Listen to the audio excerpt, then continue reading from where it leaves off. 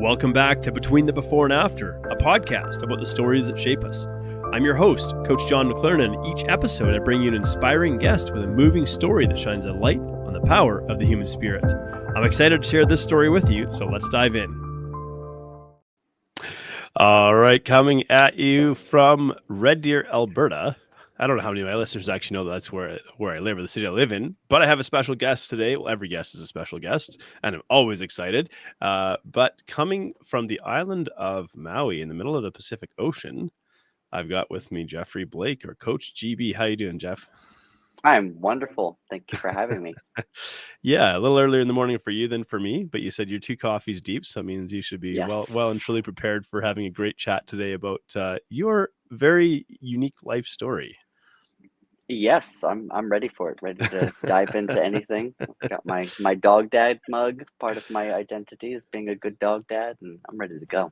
And just being a good dad in general. You got a beautiful Yes. little daughter as well. I've had the pleasure of virtually meeting her, and I can Yeah. attest to the fact that she is among the cutest human beings I've ever witnessed. So It's too much. She's almost too cute. She will get whatever she wants in life, for me at least, and hopefully I will impart the skills and the knowledge so she can also get whatever she wants in life and in every other arena as well. Because she's so cute. oh yeah, I know. It's. I was interviewed on another podcast a couple days back, and with a couple of young guys. They're like 19 years old, really ambitious young guys. So it's pretty neat that Yeah. they're running this podcast. And I just got talking about they're asking kind of about relationships and whatnot, because I've been together with my wife for 17 years. But then we got talking about being a dad, and I was like, I thought I knew love until I was a dad. and believe me, I love my wife. We've been together for 17 years. She is my one. But there's something different about becoming a parent or becoming a dad. Like, that's a love I've never felt or understood before. Totally. Yeah, it is unexplainably strong and powerful and awesome. And for a while, the switch was actually quite confusing because my brain computer was running all the possible realities for like the next 20 years. Like, is she going to play cello? Is she going to ride horses? Is she going to play rugby? Is it a violin? Is she going to be the president? And I just decided that she's going to be the president who rides horses, plays the cello, writes haiku poems, and does whatever she wants. But like, first 2 weeks, besides changing diapers, I was just running the simulations, and I'm like, okay, this isn't healthy. I couldn't think about anything else. She'll do what she wants to, and we'll figure it out as we go. Yeah, like, okay, I feel good about that. I think especially when it's like the first one, and you're just so enamored with being a dad, and it's like, this kid's the most amazing human being to ever walk the planet, and they're gonna do all of these amazing things, and it's like, let's ease up on the pressure just a little bit here. Just a little. Yeah, exactly. She'll do what she wants to, and I'll support her. Yeah. Well, before we dive into your story, because you got a lot to share here, but what are you at currently, or where are you at currently, and what are you up to? So living here on Maui, the island of Maui, with my wife, baby, and dog. And we came here for my wife's work, but I had been threatening to leave the East Coast for many cold and dreary winters. I'm one of those sad folks. I do get hit with it pretty bad when the sunshine goes away and the cold rolls in. So I've been threatening to go for a while, and my wife got the opportunity to bring us here. So it was a game changer. Living through the pandemic with, having lots of friends, but no real support group here on Maui has been interesting. But as we're coming out of it, like the thriving and alive and connected feelings are all returning back. So it feels so good. And what I do here, I've done a couple of things. When I left Baltimore 5 years ago, I had, for the 5 or 6 years before that, started a nonprofit gym for Baltimore City youth, and I was the executive director of that. That's where I earned all of my gray hairs. And when people asked when I had kids, I'm like, I have a couple hundred. None of them are mine, but I have them, and I'm sometimes responsible for them. So I was doing that. And when I came to Maui, I was like, I just want to just cruise. I just want to relax. So pre-pandemic, I worked on a snorkel boat for a while, which is so awesome. Lifeguarding, just showing people the time of their lives here on Maui. And it was just the decompression I needed. I started to get back into training, and then the world locked down, and personal training, then the world locked down. And then of course I got the calls, the texts, like, hey, I've got a doorway pull-up bar, 18-pound kettlebell, 3 resistance bands, and a 5-pound dumbbell. What can I do? Go. And I was like, okay, this is obviously my life now. So, and it has been ever since. Yeah. Yeah, that's awesome. That's awesome. Yeah, you do online training as well as in-person training. So, Yeah. both of which are really fascinating. Yeah, there's so much more than counting reps to be a trainer. Yeah. Yeah. I mean, to be a good trainer. Right. Yes. Yeah. The amount of presence and listening skills, I think, is what makes a really good coach of any sort. And you just have to just be curious and observant, which I'm lucky. I'm not quite sure where I got those. I'm sure both my mom and dad were incredible in that way. So I'm sure it was learned, observed behavior, but like I got it. So like, yeah. It's taken some aging though for the patience and the listening to become better. But luckily I'm getting there. Yeah. So you've had quite a checkered path to getting to where you're presently at. And so let's rewind the clock a little bit here. So were you born and raised in Baltimore? Is that where you grew up? And because I know when we think of in Canada, Baltimore, we think of like a pretty sort of violent kind of crime-ridden city that's like intimidating. Which it is, and it isn't. There's more than one Baltimore, and yet it's all wrapped up into one. So I'll defend Baltimore a little bit more and tell you about how wonderful it is in a second, and how just cultured and beautiful it is. But going back, I was born in England and started there. My mom's English, and when they were in California and realized she was pregnant, they said, let's move back to England, because my granddad was one of 9 kids and my grandmom was one of 11 kids, and that makes for a big family support group. And my dad didn't necessarily have that, so we moved to England, stayed there until I was 4, and then he got some really good offers from Ford Aerospace and Lockheed Martin to come back and do aerospace engineering, which he was good at, which he was doing there, but not making anywhere close to the amount of money. It was that big money that kind of brought us back.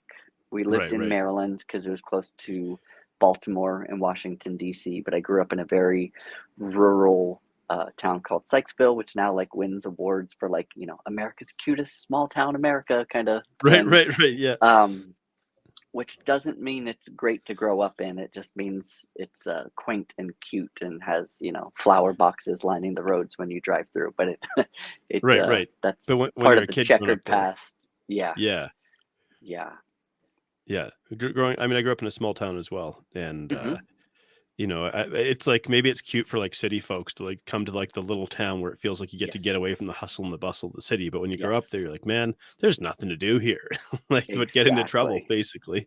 Yes, lots of fighting. Eventually turned into drugs and things like that. Like with fighting, I remember high school pictures where I had a black eye in one, so we went to go get the retake photos like a month or 6 weeks afterwards. And by that time, I had 2 black eyes. So I just didn't have a picture in the yearbook that year. My mom was like, "No, you're not getting it." I think it was my junior year. That's funny. I mean, it's funny to look back on, but yeah, getting into a lot of fights. Were you an instigator of these fights, or was it just sticking up for yourself? Or yeah, no, a bit. I went from when I was younger, coming to America, like I was picked on a bit because of my squeaky British accent, which had I known would have gotten me girls when I turned, 16. I would have definitely kept around. But I basically just became American as fast as I could and adopted the jargon. And I was a big kid. So then I realized I could defend myself, and then I stopped growing and everybody got bigger than me. So then I was being bullied. So the tables flipped.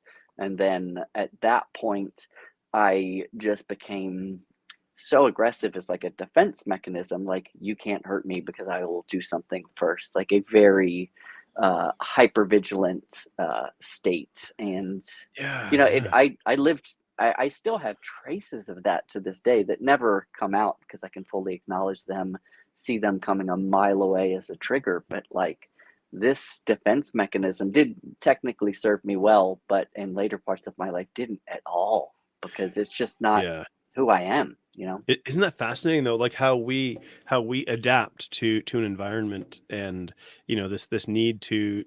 It's like a little dog that, like, the moment you come near it, starts growling and yapping. I'm not trying to compare you to a Yeah. little dog necessarily, Yeah. but like they don't realize, sort of, or they're really terrified, so they're trying to present something that it doesn't look like Exactly. terrified. And Right. yeah. And so you mentioned kind of falling into drugs. How old were you when you first experimented with drugs? This is interesting. So marijuana happened Hmm. somewhere in middle school. And I remember by the time I was going from middle school to high school, I had already smoked crack by that time, which, we're talking about this beautiful, idyllic little town, but little towns like that have some dark stuff going on. So yeah, So, that was age 14. age 14, you smoked Yeah. crack. Now, how Yes. did you come across crack to smoke? Was this someone older offering it to you? Did you seek it out? Like, No, definitely didn't seek it out. I basically would say yes to anything. So I've been okay, addicted to different types of drugs and alcohol because I'm very much let's go. But is this what we're doing? Okay, this is what we're doing, as well as a school of hard knocks learner. So I right, didn't right, seek it out. It was just it's here. Let's do it. This is the curiosity part of me that sometimes doesn't serve. Like, hey, what's that like? Let's figure it right, out. right.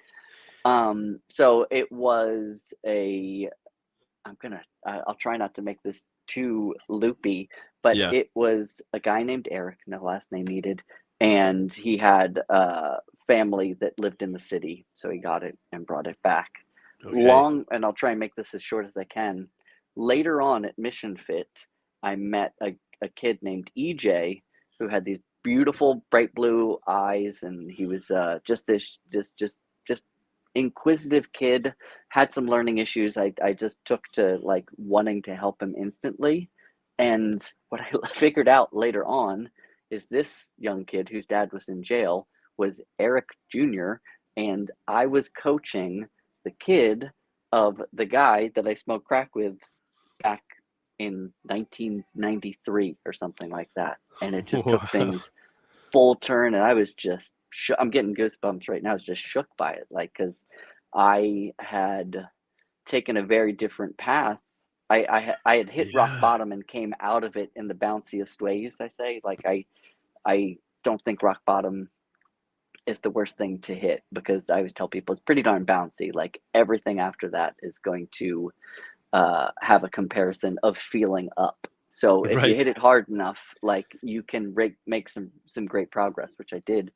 But yet here I am coaching my old friend's son, and my old friend's in jail, which is like And you realize, like, that's where it could have ended up. 100%. I have in my friend group from middle school and high school, uh, two dead, one in jail, once an international bank robber. He's an auto mechanic now. He's he's Right, changed things right, yeah. up, but Yeah. like Switched it up, yeah. he he led a life, and then a murder as well. Wow. He was still in prison and will be for the rest of his life. And it's That like is this is crazy. all coming out of this idyllic place, and This little town, yeah. yeah, and knowing out of that friend group, half of them had incredible, and myself included, incredibly supportive, awesome parents, and the other half didn't. But we all, Mhm. yeah, took a path. So it's Yeah. really interesting to see how that worked out. Yeah, and I'm kinda curious, so the first time that you smoked crack, do you recall anything about that experience? I remember the ashtray. It was like a big, probably weighed like 5 pounds, and it was Right, yeah. amber glass kind of thing, like a square with places that you could put cigars or pipes or cigarettes or whatever. I remember that's what we were using to, yeah, to dispose of ashes and stuff. 'Cause we smoked it with weed, but Right. yeah, I don't remember much else. I Yeah. remember, yeah, the weird details of a coffee table and a big old ashtray. Yeah, and of course, just to clarify, that none of this is to glorify taking this, but it's No, no. this was because I think around that time there was a real crisis. I think if I got the time frame correctly, there's this Yeah, real crisis around crack and smoking it, and yeah. and I think that the war on drugs was like really ramping up at this point in time, or because are we Hmm. talking like the late 80s or no early 90s? I would think mid 90s. Early 90s, exactly. This is when Dare, I thought it was cool that I would smoke weed in my Dare shirt and stuff like Right, that. just Absolutely ridiculous. such a Not rebel. glorifying it in Yeah. any way. But yeah, that was happening in the cities, and then out in the smaller rural areas. It was heroin at first, and then it became prescription drugs, painkillers, and stuff like that. Which The opioid I crisis. followed that path because of availability. Again, Right. just saying yes. Yeah. That's quite something. So, going through high school, were you a regular drug user? On and off. Yeah. I smoked a lot of marijuana, smoked cigarettes, which I'm in fitness now. I'm like, this is Yeah. insane. Like, and I Yeah. have Yeah. asthma. I had asthma Mhm. as a Yeah. kid, and like, this is the worst thing I could possibly be doing. And yet, somehow, I think it's a good enough idea to keep doing it. So yeah, that and drinking with friends. Right. And why I asked that question because it's is I'm curious, like at what point in time, or if there was multiple times where there was like even in your young like teen brain, there was something goes, this is actually not a great idea. Yeah, I did have that. I had a level of sadness, and I was just sad that I didn't care.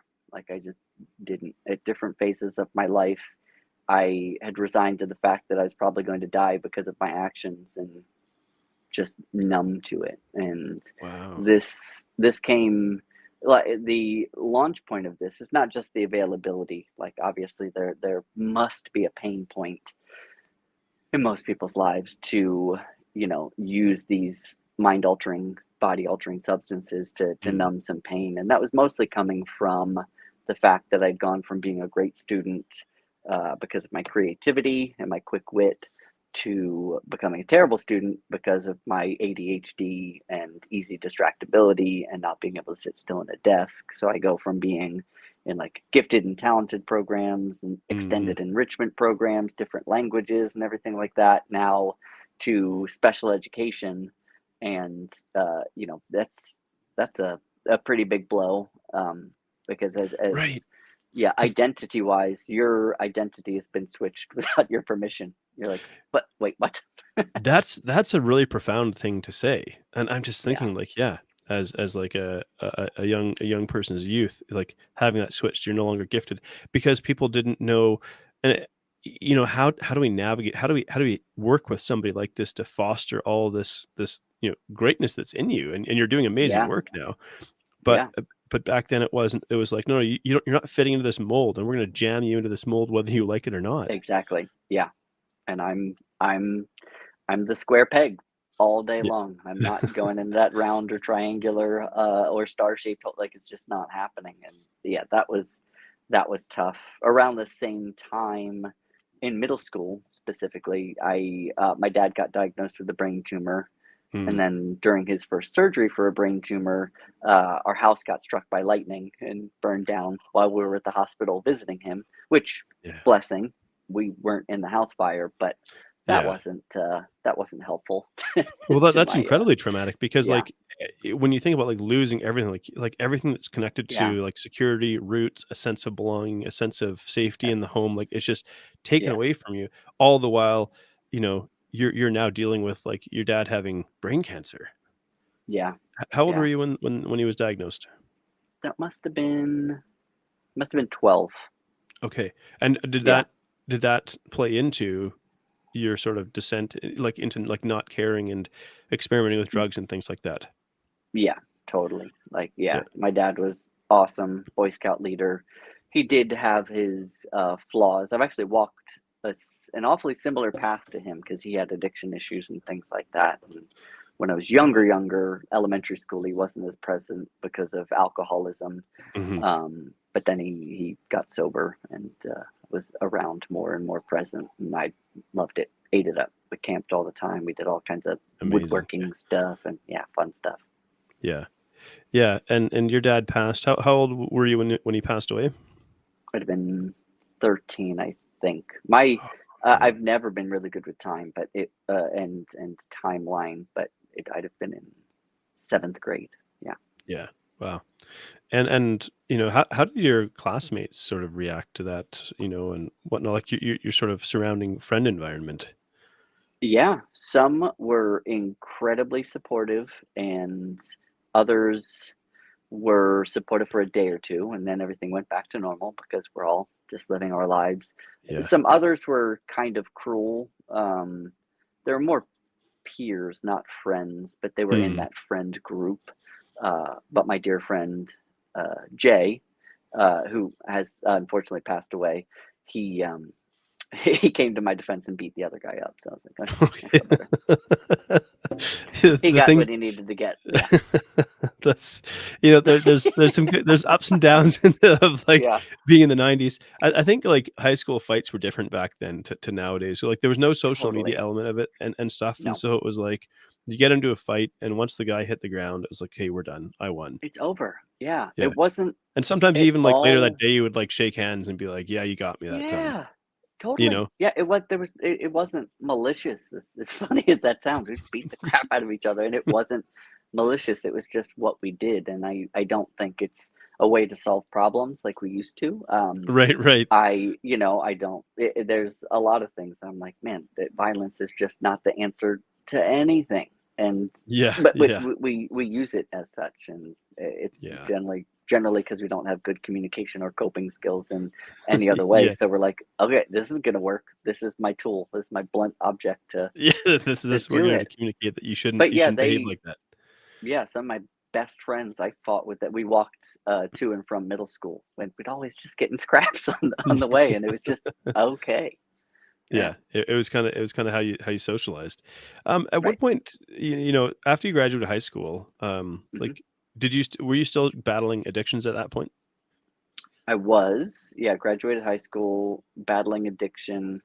Let's see, I would have gone from high school into college, where I performed very poorly, except in the classes where the professors were very engaging. So I had like either A+ or F. Like right, there's no in between. 2 A+ and 6 or 4 Fs or something. It was ridiculous, and I quickly realized that wasn't the path for me, at least at that time, even though I very much valued education. That comes from my mom's side because she worked at the college. So right. She definitely wanted me to get a good education, and she's been a good role model with that for herself, even going back to get her master's while I was a teenager. So she's awesome in that way. So college wasn't working. Music was, because by that point I was playing music and getting recognition and positive reinforcement from being good at it. And I very early realized the path of mastery, because I watched all my favorite bass players, and I just thought, they make this look so easy. I'm like, oh, it's because it is, because they do it slow, and then they do it again and again and again and again, and then they do it a little faster and a little faster and a little faster. And just that intent of mastery, like, I don't know, nobody said it out loud, but I was like, I get it. I just need to practice every day. This is awesome. I can be like them. I do this thing that I love, and I can be that or become that. When you were part of a band, and how long, or maybe multiple bands? Multiple bands, yeah. I was in some great bands, all the way local to touring internationally and playing South by Southwest and the big music festivals in New York and stuff like that. And through that time, being in multiple different bands, it took one band who very specifically stated that they were drug-free and alcohol-free. They weren't straight edge. They just realized that was the downfall of many bands. And I was at this phase where I was flirting with sobriety. I was ready to do it. And then, this band is what pulled me out of it. Like, I actually had a pretty amazing moment where I quit drugs cold turkey because I was high on a futon in Ellicott City, Maryland, which is just so specific, but in a Right. Yeah. in a Yeah. condo of my ex-girlfriend's mother, and I'm high on the futon looking up in the sky, and I just saw clouds, and they were those big ones that you could just imagine somebody could stand on top of. And I was like, if Right. Yeah. my dad looked down right now, he would just be so sad.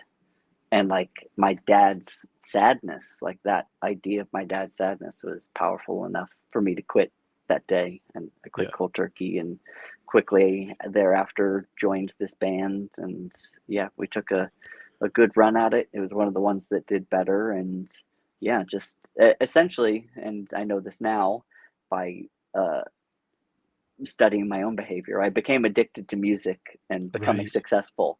Not a Yeah. bad thing, not a bad thing at all. But I didn't have any life balance, so that was another life lesson learned Right. Yeah. later. Yeah. So you're playing bass in this band. How long did you play with this particular band? At least 5 years, I'd say.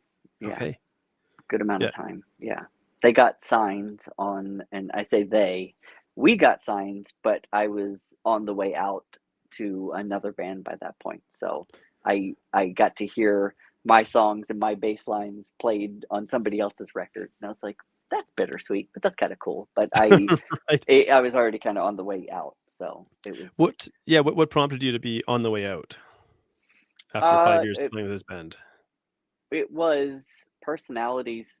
Basically, it was understanding that if I'm going to be in, actually, it's values really, because there was some lying going on, and Yeah. also some, and it's odd the way it manifests itself. There was some cheating going on with several of the band members and their girlfriends, and I very early on, and I don't know how I made the connection, but I just kind of realized that a lot of people that cheat on their spouses will also uh, kind of go behind other people's backs, and they have like maybe like unspoken entitlement that they can do this and this is okay. This is kind of Yeah. their Yeah. show, and I was like, "Ah, it just makes me feel kind of icky." And I Yeah. met some other guys that were. I've been lucky to find super wholesome people in music. Like music is the Yeah. thing that Yeah. got me out of drugs, you know? So I found Yeah. another group that was very professional and just great communicators. And I was like, yeah, this feels better. So I was making And that switch because of did you, that. what genre or genres of music did you play? Yeah. I've almost always played alternative rock. Yep. It's always been loud, but it's not really been angry. Yeah. But I had a big old 165-pound 8x10 cabinet. That's 8 10-inch speakers for reference. They Yeah. call it the fridge, and I had one of those and like 1,000-watt head, just ridiculously loud. Like if I played in front of it, it would shake my pants like that. Right. And that's thoroughly enjoyable to me. It brings a smile to my face. Um, so yeah, always alternative rock. Never loud. A lot of my bands did a lot of harmonies, and Yeah. I enjoyed that part. I'm not a great singer. Even worse after years of shouting over like fitness classes and stuff like that. Right. Like Yeah. you Yeah. get a little boot campy, like a little drill instructory, a little gravel in there. So I can't hit the sweet notes anymore. But Right. yeah, Yeah. Yeah. And so at some point in time though, you decided that it's time to move on from music. yeah, I made a transition pretty quick. There was another band situation where I could kind of feel that things were kind of coming to an end, and a tour got canceled.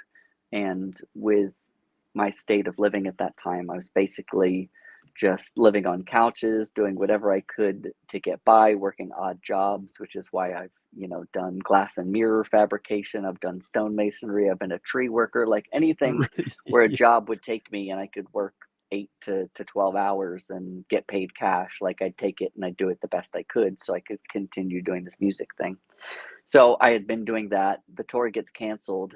Everybody else goes home to like their kind of support systems. And I was still sitting in the van in the wintertime. And I'm like, I don't have any support system. I don't have anything.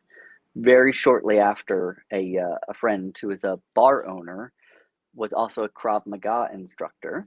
And he Okay. had been telling me about this cool thing, Krav Maga. But I was telling him, like, dude, bro, I'm way too pretty for that. Like I play with my fingers. I'm pretty. Like I had long curly hair. I was like, Oh, I that's can't funny. do it. And although I had enjoyed martial arts when I was younger, I was like, I can't do it. And then I was like, I'm just going to give this a try. And like 30 minutes into the class, I'm like huffing and puffing and ready to puke in the corner. I'm like, this is the best thing I've ever done. So I Right. immediately tried to sign up, and I was like, I don't even have a credit card. Like, man, this is the state of my life. I've just been ignoring so many things. And he's like, it's okay. I know for a fact that they're hiring at the front desk. Do you want the front desk job? I was like, yes. I don't even know what that is, but yes. So that turned Right. into front desk, which turned into sales, which turned into me being there every single day and them saying, do you want to be an instructor? Because I took like 2 classes a day. And I Right. was like, Yeah. I do. And You that's what started. kind of took me out of it. Fast transition. Wow. Okay. And was this in Baltimore as well? Yes, this is in a suburb of Baltimore. Yeah. Yeah. Okay. So you became a Krav Maga instructor and Yeah, developed your body as a lethal weapon of sorts. exactly. Yes, which was it yeah, it made sense. It was still on the alternative or the fringe. Like I was still Mm, doing something that like just absolutely lit up my soul. yeah. And yeah, it just it there was no, they talk about like instead of finding a rock that you need to push uphill every day, like the Sisyphus thing, find a Mm, rock that rolls downhill instead, and that's your hit. yeah. Like it was my hit. It was the thing that I just connected with, and it was so easy to do. That's awesome. And somewhere along the way, you met a lady named Jackie. Is that right? I did, yes, at a And CrossFit gym in a barbell club that I was running. okay. The reason I was running a barbell club is because at Krav Maga, when I started, I was like a 128-pound musician, like Right. Yeah. bones, just bones, bones and hair and enthusiasm. And the I love that. enthusiasm didn't weigh much, and Yeah. was literally I was getting really good at it and getting strong and explosive, but people could pick me up and throw me, and I was like, this I will not stand for this. So I went from about 128 pounds to 204.8 pounds in about a Wow. year and a half of drinking a gallon of milk a day and just lifting heavy weights all the time. And yeah, by this point, I was at a CrossFit gym coaching a barbell club because barbells were my new best friend to get me big Yeah. and strong.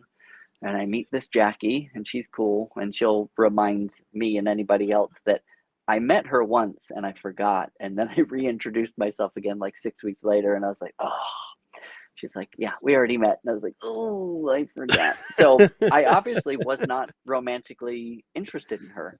We Yeah. had known each other for about a year before she had taken my barbell class in the morning, and I always used to ask everybody out for coffee afterwards, but this morning she was the only one. And we went to Starbucks. On the way there, it started pouring down rain, like biblical, and Yeah. just pouring, pouring, pouring. So we sprint to Starbucks, we get in there, and we were there for 3 hours, and it seemed like 3 minutes. And we Yeah. both left so confused, like, wait, what just happened? Like, because we neither of us were looking for anybody. Like it was just coffee after barbell club. Yeah. Yeah, And were you still doing Krav Maga at this time? I was. I was doing Krav Maga and CrossFit and powerlifting, as well as Okay. running some strongman clinics there at the CrossFit gym as well. And let's see, I How is Krav Maga different when you're 130 pounds versus 200 pounds? Or is oh, it? it is so much more satisfying. I was noticeably slower. The Yeah, way this kind of ends, not ends. I'm a constantly morphing human, for but sure, for sure. I do like my extremes, unfortunately, for better or for worse. So after I reached 204.8 pounds, I was like, man, I am much slower and less poppy than I used to be. So then I just stopped eating like a maniac and ate like a normal human and kind of came back down to about like 175 or 180 or so. Yeah, And that was the sweet spot of athleticism, of health, of all that. yeah, yeah, Yeah, yeah. And then you started running a non-profit gym, I or maybe it was did. already running.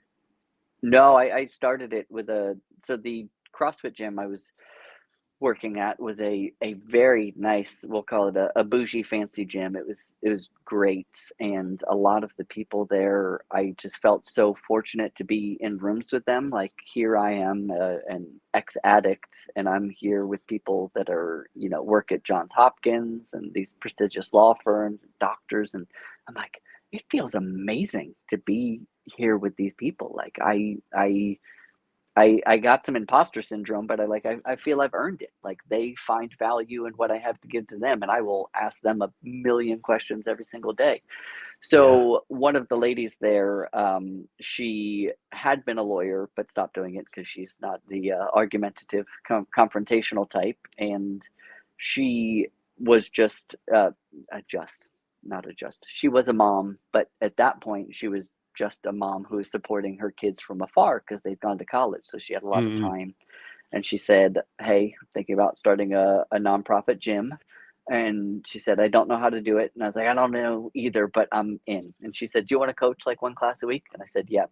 But when it came to, we found this old beat up space above an auto body shop in Baltimore, and it had, you know, carpet staples and nails sticking Yeah, out of the yeah, wood yeah. floor and everything like that. And I was just the guy who showed up, one of the first people there, one of the last people out every single night, everything from sitting and pulling staples to repairing drywall to, you know, even reaching out to the kids, teachers at elementary schools and middle schools and high schools. And it just became apparent that like I thoroughly enjoyed serving those people at this super nice gym, but at a certain point I was like, they don't need me so much, and this isn't super duper fulfilling. Like I like it, Mm-mm. I'm making more money than I ever have before. Like I remember the feeling of my mom seeing my tax return and seeing that I had made more money than she had at a certain point. She was so proud of me and amazed, and I was like, I am too. I hadn't really thought about it, I'm just doing what I like. Yeah. But then I just threw it all away. And you know, there was no money in this nonprofit that we're starting, and the lady Wendy, she did help me quite a lot just stay afloat, but I wasn't paid very much, and Yeah. Yeah. it was a struggle, but it's worth it. Again, just doing what kind of called me. And how did Jackie fit into the picture at this point in time? She was a girlfriend. She was super supportive. Long distance relationship though, so she was either living. Jackie is from New Jersey, so she'd either be Okay. living there back with family, or she had some travel gigs in even more rural parts of Maryland, Austin, Texas, a little bit of everywhere. So we had a long distance relationship. Yeah. And what does she do? She's a speech language pathologist.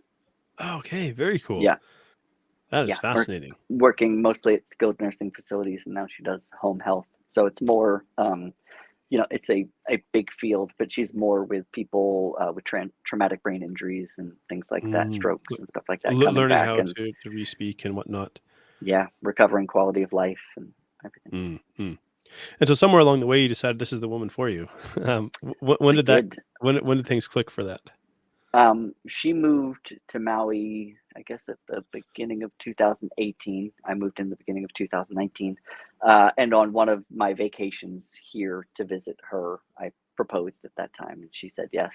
It was on the road to Hana. For anybody that knows the road to Hana, it's this like big winding journey of a day. Not that many miles, but it's just so slow and so winding, and it's got Yeah. microclimates and feels like the rainforest, and the drive really is the journey. And at a certain point, we found a private waterfall that wasn't owned by anybody. We weren't trespassing, and we went back to it. We were the only ones there, and I went down onto one knee onto a very sharp, pointy rock, digging into my knee, but I didn't drop the ring, and she said yes. Oh, that's amazing. Yeah, And now your dad to a beautiful little girl as well. So yeah, yeah. So it things have turned around quite a lot, and she is such a fantastic partner.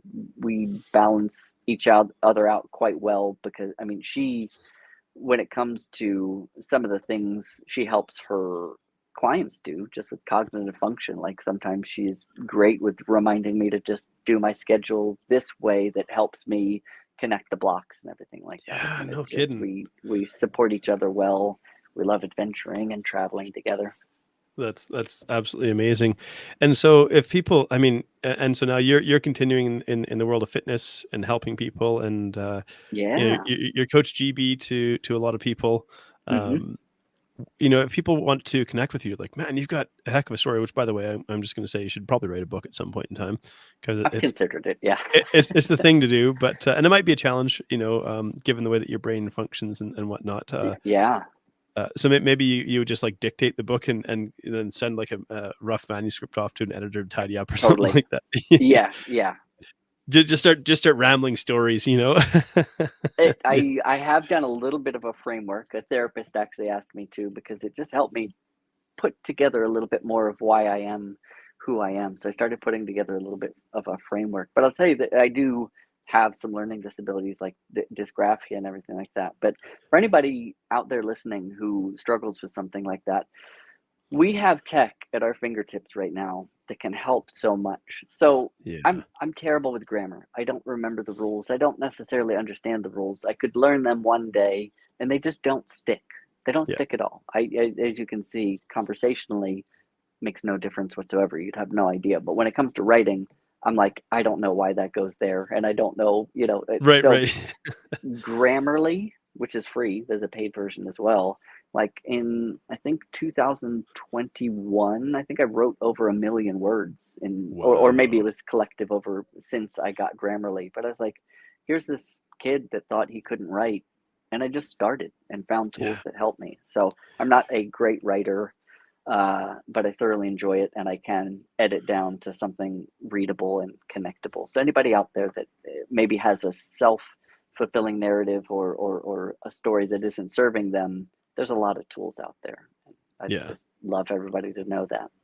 Absolutely. You do such inspiring work, and your story is so incredibly inspiring, and you're just an incredibly nice human being. And I'm glad that we had the opportunity to connect. And as I learned Me more about your too. story, I realized I wanted to share it on this platform here. And so, for anybody listening who's listened to this conversation, if you could give them one nugget, or what would you like to share with people to kind of take away from your journey? It would be that giving is one of the very best things we can do to both improve the world and make ourselves feel better. That's unconditional giving, not expecting anything in return. It's been a through line of my life. I saw it when my house burned down. They wrecked my tree house, the firemen, because I think that was on fire too. So I remember a church group coming back to build me a new tree house, and I'm like, I don't know these people, they don't know me, and yet here they are in my yard building me a tree house. It's amazing, and they're so kind. And Yeah. that just instilled in me that I wanted to give. And every single time I give without expecting anything in return, I feel really good. The other person typically feels really good. And it oftentimes comes back in a very big, karmic, beautiful universe way as well. So anytime you're going through anything, just stop focusing on yourself and give something. And I think it's a great way to figure things out. I absolutely love that. Anytime you're stuck, just start giving, and it Yeah, will come back. Well, sure does. Geoff, thanks so much, man. Thanks so much for being on today. It's been truly a pleasure. There's so much more of your story to explore. That's why I think you should write a book. But I've loved our conversation, and so glad we got to do this. Me too. Thank you for the connection and the great conversation. Thank you so much for tuning in to Between the Before and After. If you've enjoyed this episode, please subscribe and leave a review, because that helps this podcast to reach and inspire more people.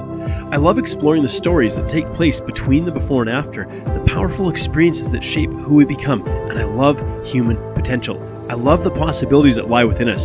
So whatever you may be up against, I hope these stories inspire you, because if you're still here, your story's not done yet, so keep moving forward.